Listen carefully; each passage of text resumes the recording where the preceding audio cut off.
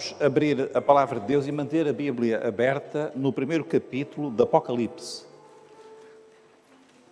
Apocalipse, capítulo 1. E vamos ler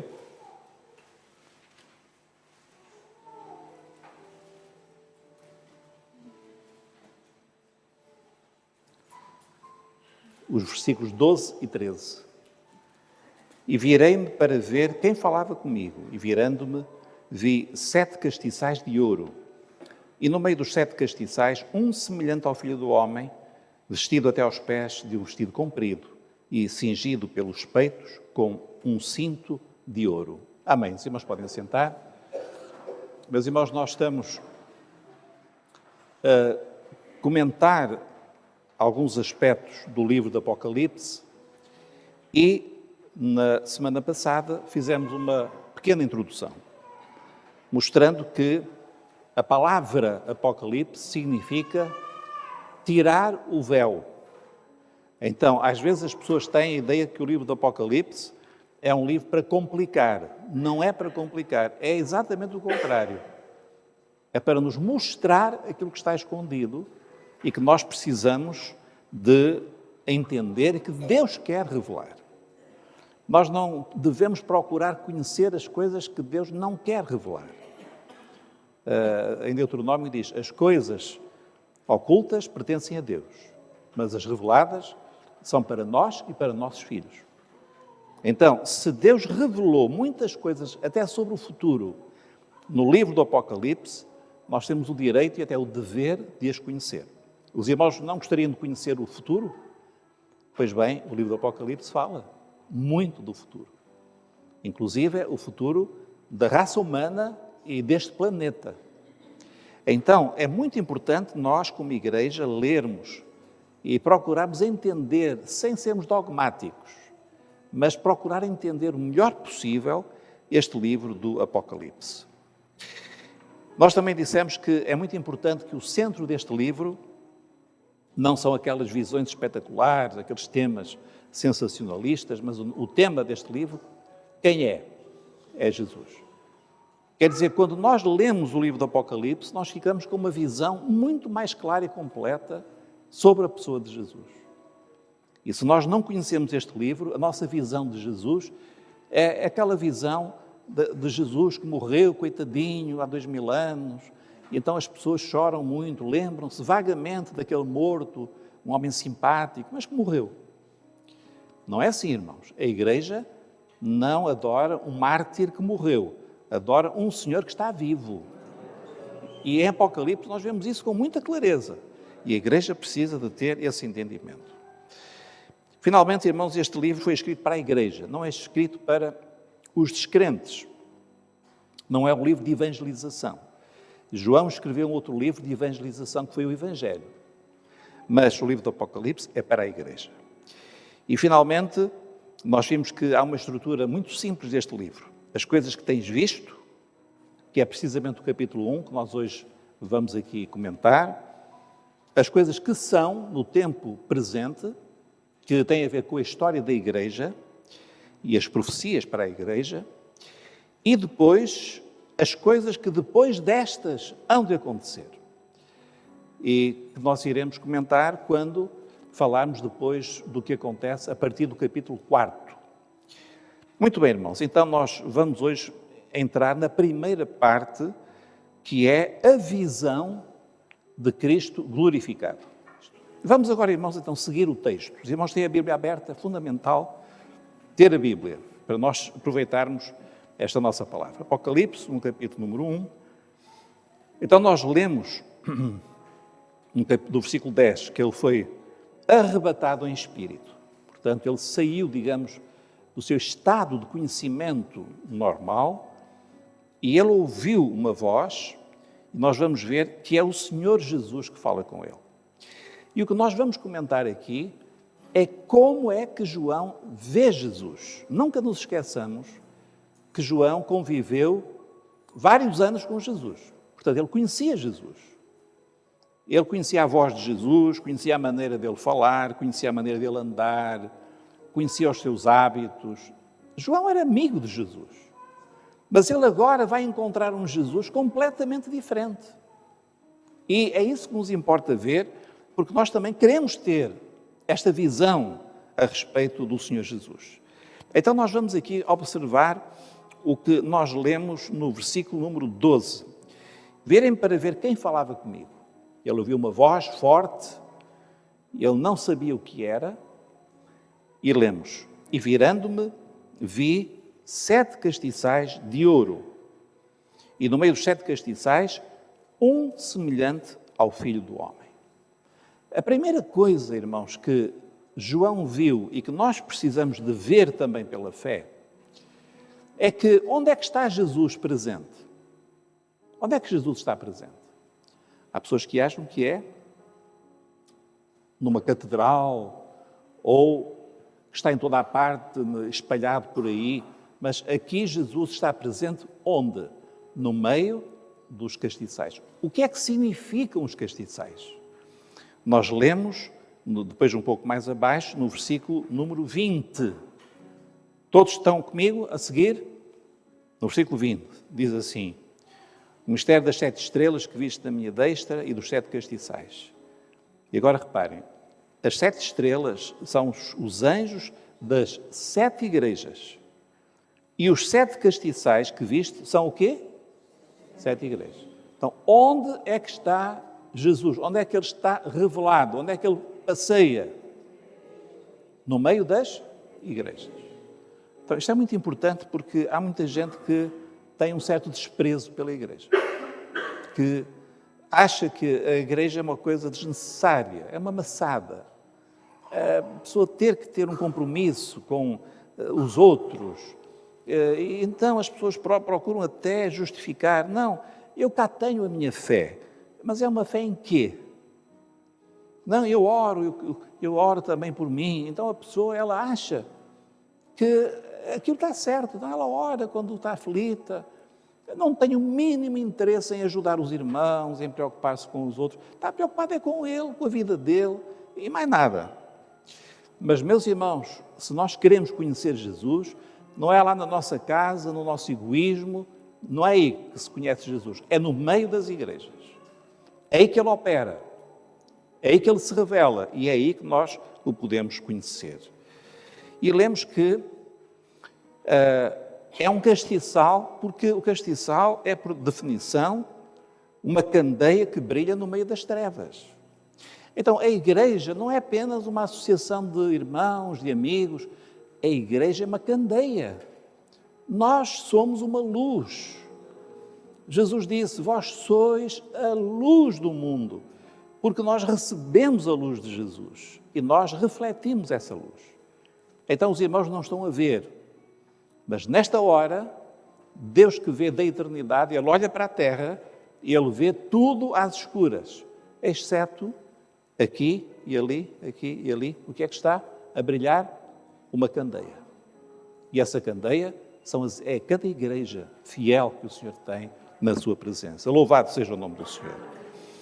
O castiçal em ouro, porque cada igreja é preciosa. Para o Senhor é um ouro. O ouro é um metal muito caro. Jesus comprou a igreja com um preço muito caro. Qual foi o preço que Jesus pagou pela igreja? A palavra de Deus diz que foi com o seu sangue. Nós fomos comprados com o sangue de Jesus. É um preço muito caro. 7, o número da perfeição, daquilo que está completo.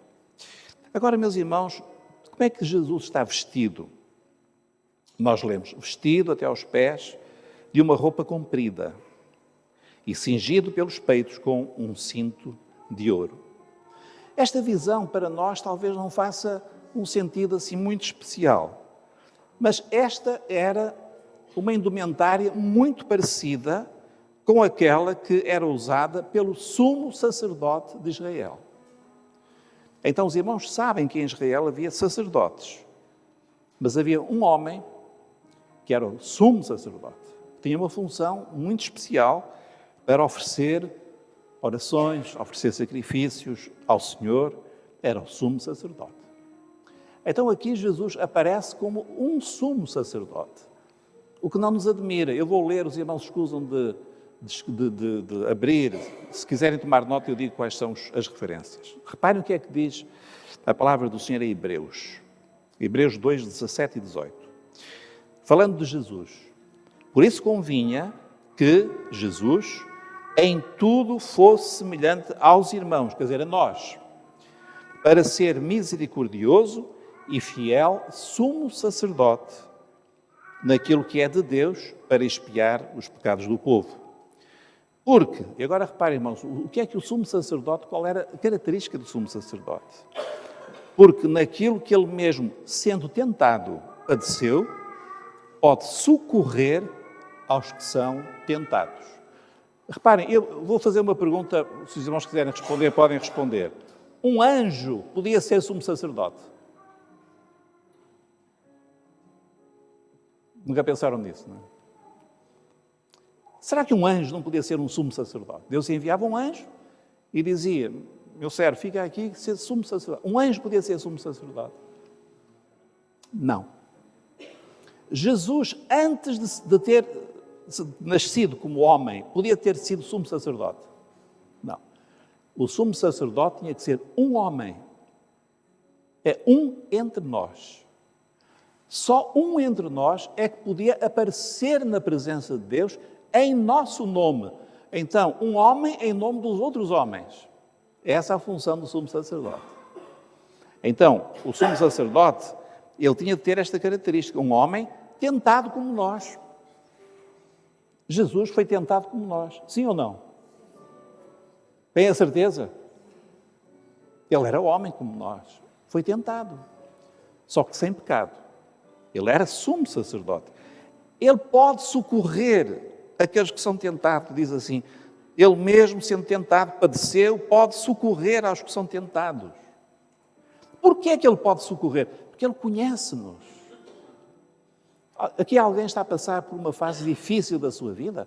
Jesus sabe o que é isso. Ele sabe o que é. Alguém está doente. Jesus esteve doente, ele morreu doente, suando sangue, fraco. Alguém hoje está a passar por uma situação de solidão. Jesus viveu uma solidão terrível. Então ele pode socorrer aqueles que são tentados como nós. Mais adiante, num outro capítulo, em 4, 15 e 16, em Hebreus, diz assim, porque não temos um sumo sacerdote que não possa compadecer-se das nossas fraquezas. Porém, um que, como nós, em tudo foi tentado, mas sem pecado. Cheguemos, pois, com confiança ao trono da graça. Quer dizer, quando nós fomos tentados, e a palavra tentado quer dizer também provados, quando nós passamos por lutas, por dificuldades, o que é que nós podemos fazer? Chegar ao trono da graça. O que é chegar ao trono da graça? É orar. Nós podemos chegar ao trono. Imaginem um trono. O rei sentado. E o rei diz assim, meu filho, podes entrar. Podes chegar-te aqui. O que é que tu queres? E nós podemos chegar ao trono da graça. A oração é isto. É nós termos esta autoridade para nos chegarmos ao rei em oração. E é visto também que ele tem um cinto de ouro. O sumo sacerdote tinha um peitoral. Não vamos aqui estar a descrever, mas Jesus tem um cinto de ouro. Irmãos, e esta é a grande diferença. É que o sumo sacerdote humano, ele até pode ter compaixão. Mas o nosso sumo sacerdote, ele tem compaixão e tem poder para operar. O ouro fala disto, o poder. Ele vê a nossa situação, ele tem compaixão. Eu também tenho compaixão, mas eu não posso fazer nada. Mas Jesus, ele tem compaixão e ele tem poder para operar. E esta é a grande diferença do nosso sumo sacerdócio. E também é de ouro porque o seu sacerdócio é superior ao sacerdócio levítico do Velho Testamento. Agora, irmãos, nós vamos entrar numa segunda parte. Primeiro, João vê a roupa. E agora ele vai ver a pessoa de Jesus. E vai descrever a cabeça, o cabelo, os olhos, os pés, a voz, a mão, a boca, o rosto. E vai fazê-lo com algum pormenor. Nós vamos acompanhar aqui, ainda no capítulo 1, os irmãos, mantenham a vossa Bíblia aberta. A partir do versículo 14.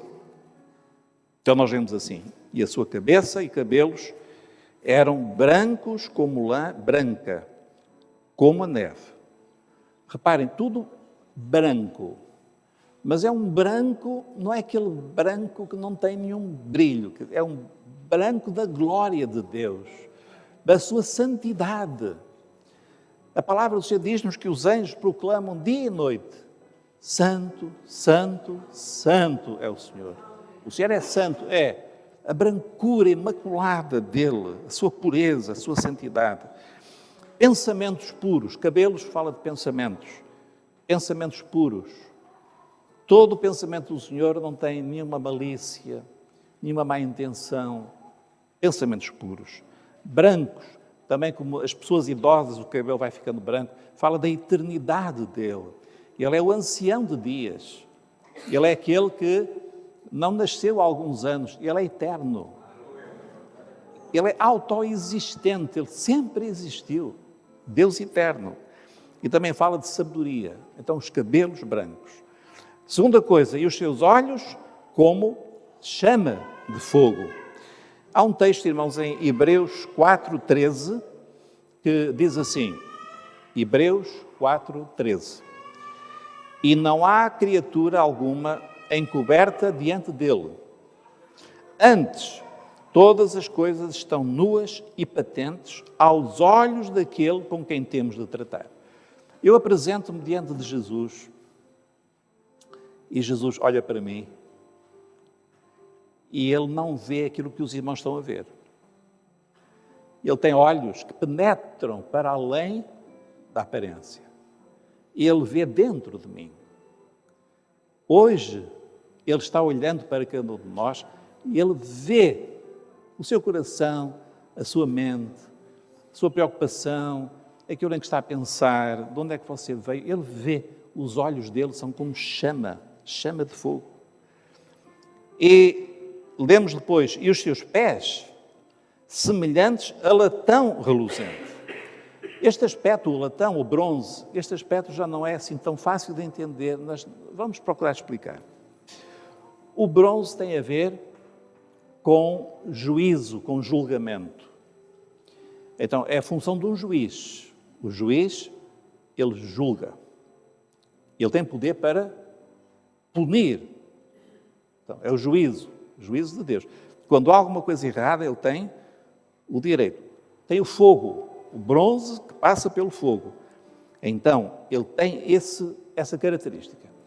Os irmãos que conhecem um pouco do Velho Testamento sabem que no tabernáculo, que era o lugar onde os israelitas adoravam, havia bronze em tudo aquilo que tinha a ver com ofertas pelo pecado. Desde o grande altar da entrada, que era em bronze, a pia, mas depois, lá para dentro, já era tudo em ouro. Então, o que tem a ver com pecado, latão reluzente, ou bronze, isto significa uma coisa muito simples. Jesus vai julgar o pecado, o mal, no mundo e na minha vida e na sua vida também. Não há dúvida nenhuma sobre isso. Então, nós temos de entender que Ele tem poder, tem autoridade para julgar. Está preparado para comparecer diante dEle e ser julgado? Está preparado? Misericórdia, eu vou ser julgado por Ele? Sim, mas nós temos uma bênção. É que se nós crermos nele nesta vida, nós vamos escapar da condenação e vamos ter salvação. De outro modo, não há nenhuma escapatória, nós todos vamos ser julgados. Os pés do rei significam a sua autoridade e poder para julgar. Então, o bronze é esta manifestação de que Jesus não é uma pessoa bonzinho, uma pessoa muito, enfim, compreensiva. Não, ele é um juiz. E quando chegar a hora, ele vai julgar os vivos e os mortos, conforme disse a palavra, com justiça. Ele vai julgar aquilo que nós fizemos, que nós pensamos, tudo está diante dele e nós vamos ser julgados. É por isso que nós temos agora, nesta vida, de crer em Jesus, receber o seu perdão, porque se nós não formos perdoados agora, nós vamos encontrá-lo como aquele cujos pés são como bronze, como latão reluzente. Meus irmãos, agora há um aspecto muito bonito no aspecto seguinte: a voz de Jesus. E quando João ouve Jesus falar, ele tem dificuldade em descrever como era a voz de Jesus. Porque não era uma voz normal. Não era uma voz de um homem como eu ou alguém aqui. Era uma voz tão cheia que ele compara a uma voz de muitas águas. Como sabemos, João estava numa ilha. Muito provavelmente ele ouvia todos os dias as ondas que batiam nas rochas. Nós aqui estamos perto do mar, sabemos como é isso. Quando nós estamos, às vezes, bem junto do mar, e aquele barulho, não é? Aquele ruído. Ou então, uma catarata, quando as águas caem com muita força. A voz de Jesus, conforme João explica, é uma voz como de muitas águas. Então, é uma voz cheia de poder, uma voz cheia de autoridade. É a voz que nos fala na Bíblia. Quando nós lemos a Bíblia, há uma voz que fala connosco. Não é uma vozinha qualquer, é uma voz de muitas águas. É a voz de Jesus que fala aqui connosco. Quando nós lemos, os irmãos já ouviram essa voz falar connosco? Às vezes entendemos, ouvimos, estamos a ler, mas parece que há uma voz que fala connosco. É a voz dele. É a voz que, lá na criação, disse: haja luz. E o que é que aconteceu? A luz surgiu. Com uma voz, uma palavra. É a voz que disse, vai dizer um dia a todos nós: sobe aqui. Maravilha, não é? Como lemos lá em Apocalipse 4, o Senhor falou a João: sobe aqui. Nós temos um pastor que faleceu há muitos anos, faleceu novo, ainda nos 40 e poucos anos, e ele escolheu um epitáfio. E a frase, o versículo que ele escolheu foi este. Está lá gravado na sua sepultura. E eu ouvi uma voz que me dizia: sobe aqui. Esta voz vai nos chamar. Irmãos, eu creio que nós somos a geração do fim. E o Senhor vai chamar a igreja toda. E a voz que vai chamar a igreja é esta voz. É a voz que criou todas as coisas e é a voz que nos vai dizer: sobe aqui. E nós vamos subir à presença do Senhor. Glórias a Jesus. É a voz que vai levantar os mortos da terra, que vai levantar os mortos que estão no mar. É a voz que vai ressuscitar a todos. Esta é a voz de Jesus, é a voz de muitas águas. Um outro aspecto, irmãos, que nós lemos a seguir: ele tinha na sua destra 7 estrelas. As 7 estrelas são-nos explicadas mais adiante no versículo 20, como lemos há pouco. As 7 estrelas são os anjos das 7 igrejas. Os irmãos sabem que a palavra anjo, em grego, significa mensageiro. Quando nós lemos anjo, se nós fôssemos gregos, estivéssemos a ler o Novo Testamento, nós leríamos mensageiros. Por diversas razões que não vamos aqui comentar, quando João escreve os anjos das 7 igrejas, não são os anjos do céu, são mensageiros. E o entendimento mais claro que nós podemos ter sobre estes anjos é o seguinte: são os mensageiros que Deus levantou nas igrejas, quer dizer, são os pastores das igrejas. Se não se entendem.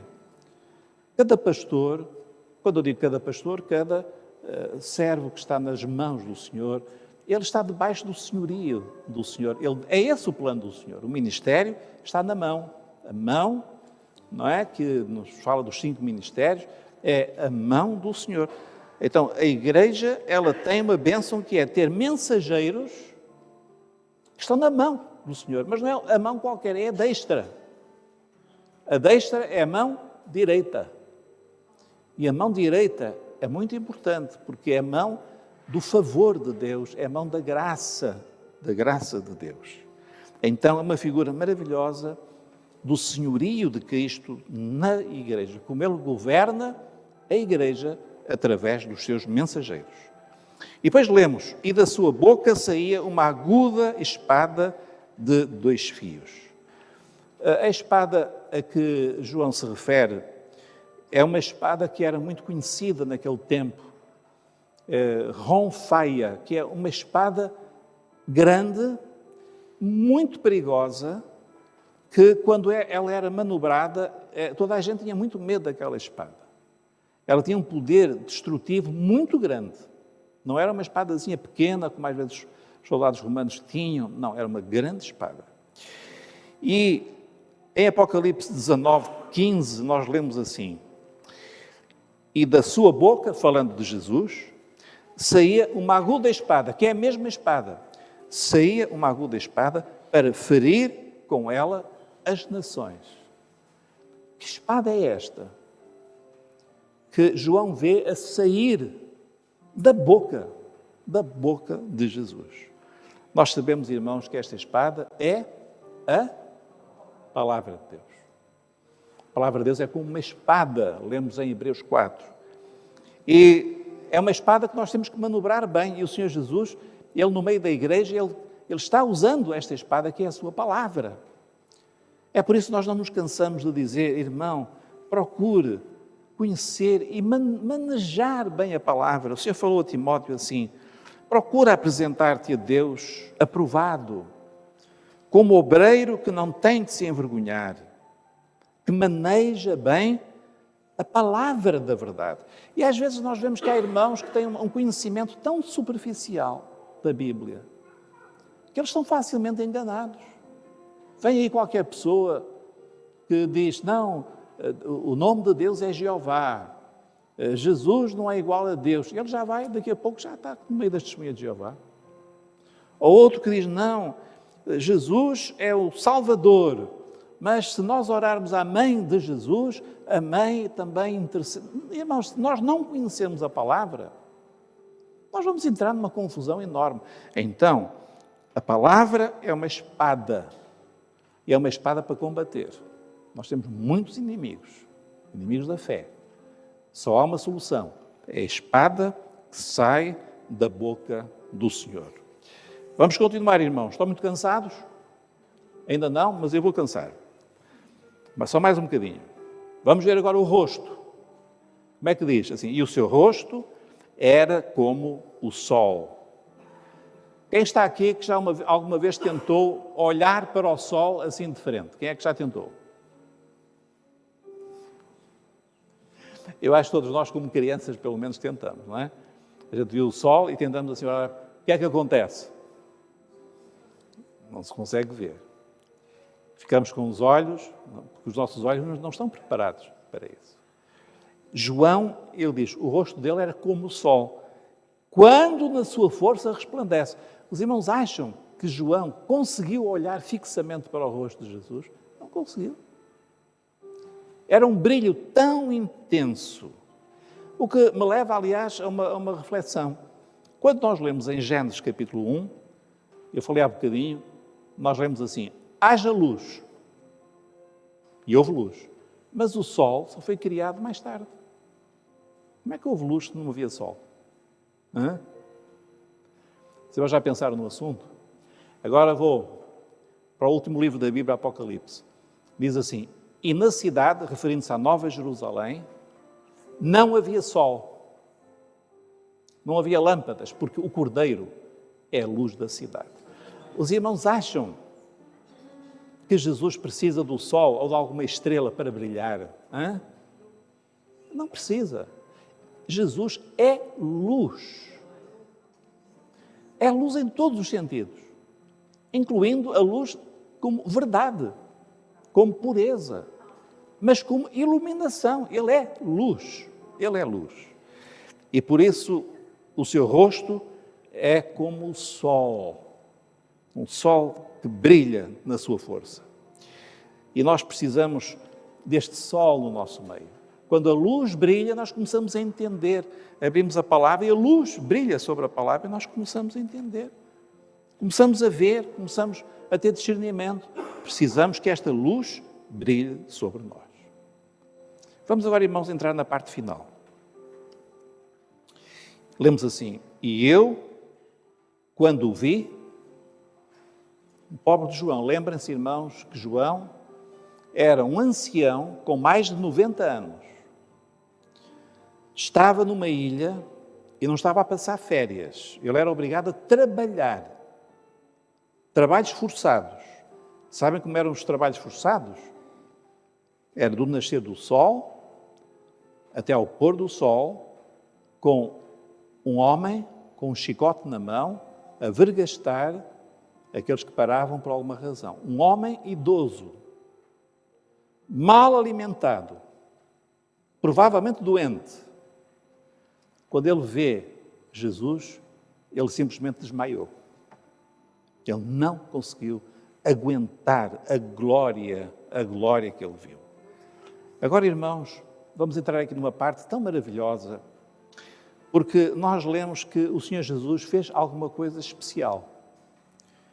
Quando ele viu João caído, o Senhor, nós falamos de Jesus, o rosto como o sol, uma espada da boca, toda a glória, todo o poder, mas este Jesus, cheio de poder e de glória, inclinou-se sobre aquele ancião. Viu caído, dobrou-se para ele, e nós lemos assim, e ele pôs sobre mim a sua mão direita. Os irmãos estão a ver como Jesus se preocupa connosco, irmãos? Nós temos que ter este entendimento. Jesus é o Rei da Glória, é o Senhor dos Senhores, mas é o nosso amigo, é o nosso pastor, é aquele que está connosco, é aquele que nos ama, é aquele que se preocupa. E nós lemos que o Senhor estendeu a sua mão direita, a mão do favor, do amor, da graça, e disse estas palavras: não temas, não tenhas medo. Irmãos, e sabem que é esta a palavra que Jesus dirige a cada um de nós. Não temas. Às vezes nós tememos, nós temos tantos motivos para temer, tanta coisa da nossa vida, nós temos tantos medos, temos tantas lutas, tantas tribulações, e é assim para todos. A palavra do Senhor diz, importa que por muitas tribulações entremos no reino. Muitos aqui estão a passar por grandes tribulações. Nós temos irmãos que estão a olhar a morte nos olhos. Temos irmãos internados. São grandes tribulações. Mas a todos eles e a nós, quando chegar a nossa hora, nós temos de ouvir esta voz que nos diz: não temas. Não tenhas medo, porque eu estou aqui. Eu estou aqui. E o que é que o Senhor diz a João? Ele diz assim: eu sou o primeiro e o último. Meus irmãos, se nós estivermos em Jesus, nós estamos numa história que ela não vai terminar. É a eternidade. Se nós estivermos ligados a Jesus, não é se formos religiosos ou místicos, se nós estivermos pela fé ligados a Jesus, nós vamos ter algo que é extraordinário. Como é que se chama? Vida eterna.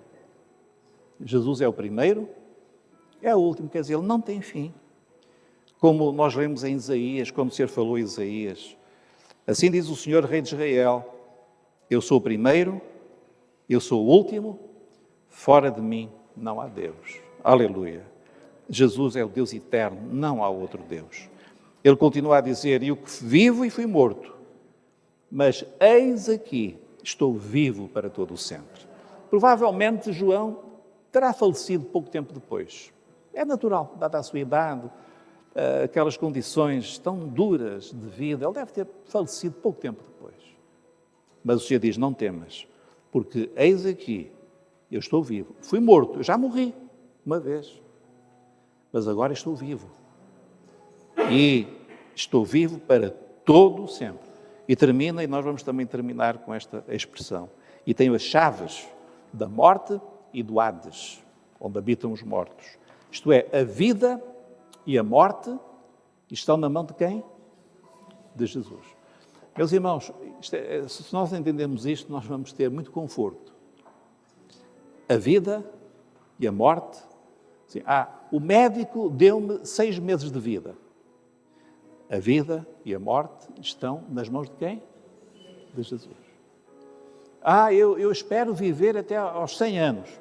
Cuidado, irmão, cuidado. Não, mas eu sou jovem, ainda vou viver muito tempo. Ninguém sabe. A nossa vida está nas mãos de quem? De Jesus. Posso estar tranquilo. Então, eu estou muito sossegado, os irmãos também, tranquilo. Se o Senhor nos quiser chamar, Ele vai chamar. Agora, uma coisa nós temos de pedir, Senhor, quando Tu quiseres. Não quando o médico determinar, não. Quando o Senhor quiser. Agora, uma coisa nós sabemos, Ele tem as chaves na mão. A vida, nós não controlamos a vida está nas mãos dEle. Os médicos não sabem definir o que é a vida, não sabem definir, nem sabem o que é o mistério da vida. Mas a vida é Jesus e a vida está nas mãos dEle. Meus irmãos, esta visão é uma visão maravilhosa, que nos conforta, que nos anima, mas que nos dá uma visão de Jesus, não mais aquele Jesus homem que sofreu, mas um Jesus glorificado. Que o Senhor nos abençoe. Vamos ficar de pé.